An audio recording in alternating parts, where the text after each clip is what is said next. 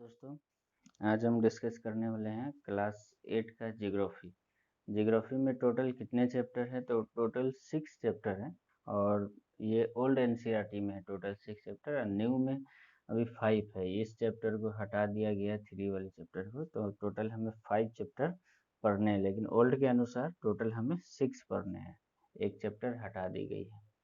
तो total 6 chapter में हम जानेंगे कि हमें क्या क्या पढ़ना है। फर्स्ट चैप्टर में हमें पढ़ना है रिसोर्सेज के बारे में।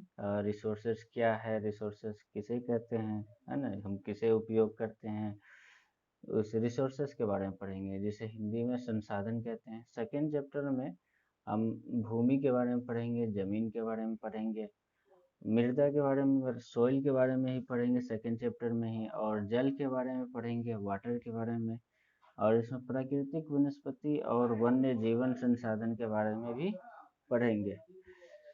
थर्ड चैप्टर तो हटा दी गई है, लेकिन फिर भी इसे हम पढ़ेंगे, खनिज और शक्ति संसाधन, इसे कहते हैं तो मिनरल्स एंड पावर रिसोर्सेस के बारे में हम पढ़ेंगे थर्ड चैप्टर में।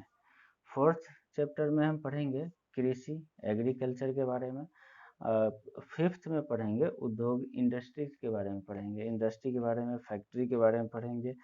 और सिक्स में हम पढ़ेंगे मानव संसाधन, ह्यूमन रिसोर्सेस क्या है, ह्यूमन रिसोर्सेस कैसे बनते हैं, किसे कहते हैं, इसको हम पढ़ेंगे।